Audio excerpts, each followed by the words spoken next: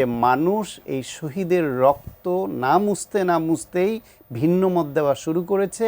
ওনরা সঠিক মত দেওয়ার মতো পর্যায়ে মানুষকে রাখতে পারেন নাই। যাদের কার্যক্রমই নাই তাদের কার্যক্রম না থাকাটাতেই মাকেই 25% মানুষ পছন্দ করে ফেললো।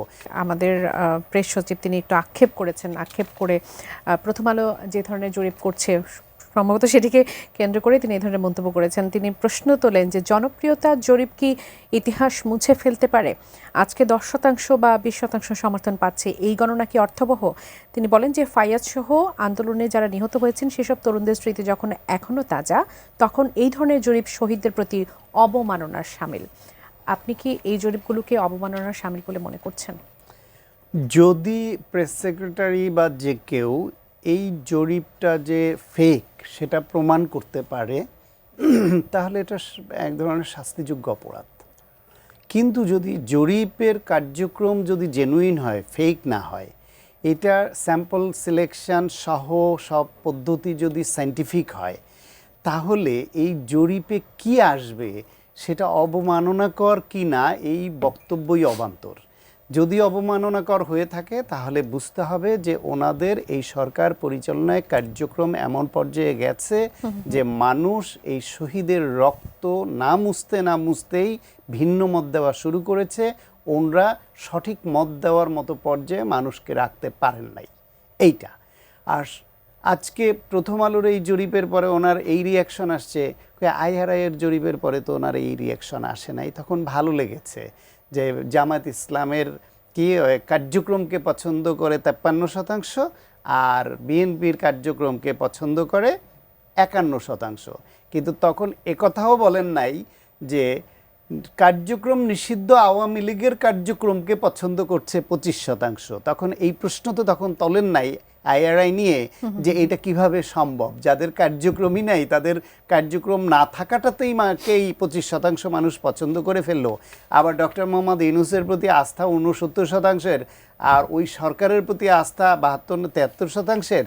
তাহলে 25% আর 2% মানুষ বাইরে থাকে, কারণ আওয়ামী লীগরে যারা পছন্দ করে তাদের কার্যক্রম 25%, তো ওরা তো আর এই সরকারকে পছন্দ করবে না। তো এর বাইরে থাকে আর 75%, তার মধ্যে 72% এই সরকারের কার্যক্রমে সন্তুষ্ট। সেইখানে আবার দেখেন ভোটের হিসেবে আবার আসলো যে জেতার সম্ভাবনা কাদের, সেইখানে আবার বিএনপি 30, জামাত 26, একটু 4 ব্যবধানে রাখা থাকলো, বুঝলাম। প্রথম আলোর জরিপটা তো তার মাসখানিক পরে হয়েছে, এইখানেও কিন্তু জামাতের পজিশন 26ই আছে। ওইখানে বলেছে নির্বাচনে বিজয়ী হওয়ার সম্ভাবনায় বিএনপির পক্ষে 30% ছিল, জামাতের পক্ষে 26% ছিল। এইখানে এসেও কিন্তু বিএনপি 66, জামাতের 26, জামাতের 26ই আছে, সেটার পরিবর্তন হয় নাই। এখন বিএনপির এটা পরিবর্তন হয়েছে, সেটা যে কোনো কারণে হতে পারে। মানে এটা একটা জরিপ হলে সেই জরিপের ফলাফলই যে সবসময় সত্য হয় এমন নয়। পৃথিবীর উন্নত দেশগুলোতে যেখানে শতভাগ স্বচ্ছতার সঙ্গে পুরোপুরি সায়েন্টিফিক মেথডে জরিপ হয়, সেই জরিপটাও একদম মানে নাল অ্যান্ড ভয়েড হয়ে যায়, কোনো কাজে আসে না, এরকম ফলাফল পরে দেখা যায়। এটা হতেই পারে, কিন্তু সেটা তার মানে এই না যে ওই জরিপটা ভুয়া ছিল বা মিথ্যা ছিল। কিন্তু পাশাপাশি এটাও সত্য আবার যে আইআই মানে রিপাবলিকান আইআরআই মানে আইআরআই এর যে জরিপ, তাদের জরিপ বারবারই প্রশ্নের তৈরি করেছে। শেখ হাসিনার আমলে আমি আইআরআই এর ওদের এই জরিপ বিভিন্ন যে প্রোগ্রাম আলোচনা, সেখানে বাংলাদেশ ইনস্টিটিউট এন্টারপ্রাইজ ইনস্টিটিউট ওরা এটা বাংলাদেশে করতো, তা বিভিন্ন প্রোগ্রামে প্রায় রেগুলার গিয়েছি।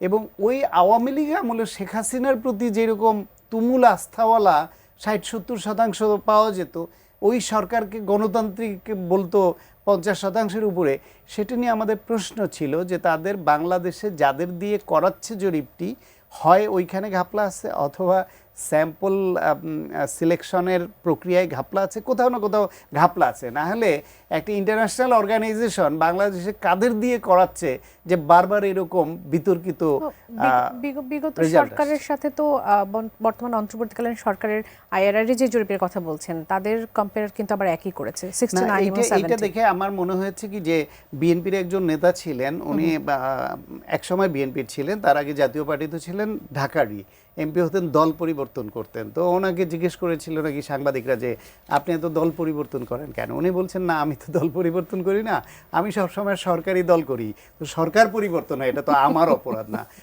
আইআরআইয়ের বিষয় হচ্ছে ওরা শেখ হাসিনা থাকতে 18-তে 23-এ সরকারের পক্ষেই তাদের জরিপের রিপোর্ট যেত, এখন ডক্টর ইউনূস হাসান সরকারের পক্ষেই যাচ্ছে। এটা তো আইআরআই এর এই সমস্যা না, সমস্যা সরকারের, সরকার বদল হয় কেন?